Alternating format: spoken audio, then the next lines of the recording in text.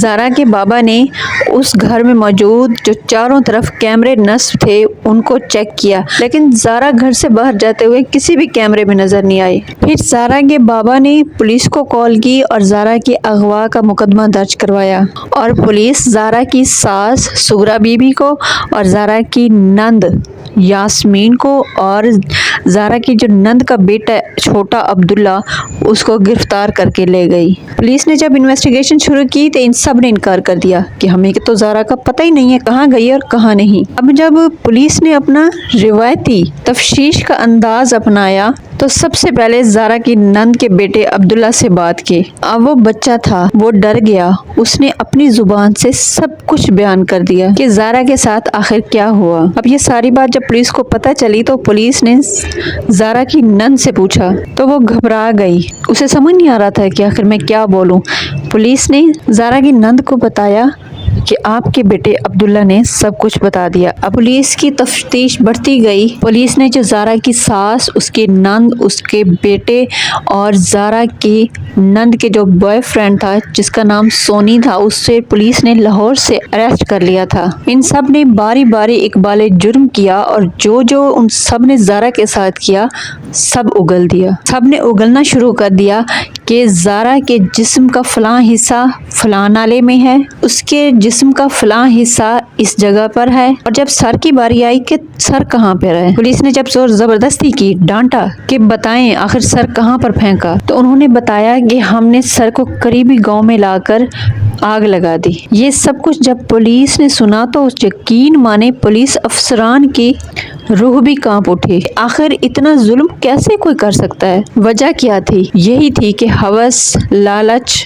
حسد، کہ میرا بیٹا اپنی بیوی سے اتنا پیار کیوں کرتا تھا۔ حالانکہ مائیں تو خوش ہوتی ہیں کہ میرا بیٹا آباد ہے، خوش ہے، اپنی بیوی سے پیار کرتا ہے، لیکن یہ کیسی ماں تھی جس کو اپنے بیٹے کی اپنی بیوی سے محبت برداشت ہی نہیں ہوئی۔ ہمارے معاشرے کی برائی سمجھ لیں یا پھر خامی کہ کہیں نہ کہیں یہ چیز پائی جاتی ہے، حسد، منافقت۔ خدارا یہ چیزیں چھوڑ دیں، ورنہ اسی طرح اپنے پیاروں سے بھی ہاتھ دھو بیٹھیں گے، ماں کے رشتے پہ اعتبار کھو بیٹھیں گے، اپنا مقام کھو بیٹھیں گے۔ یہ چند روپے، یہ زیور، یہ بنگلہ کسی کام کا نہیں ہے۔ ہم خالی ہاتھ آئے تھے اور ہم نے خالی ہاتھ ہی جانا ہے۔ یہ حسد ہی تھا، یہ منافقت ہی تھی اور بدلے کی آگ ہی تھی کہ جس نے ساس، نند اور نند کے بوائے فرینڈ اور نند کے بیٹے نے مل کر ایک پلان بنایا اور ایسی دردناک موت دی، ایسا قتل کیا، ایسی واردات کی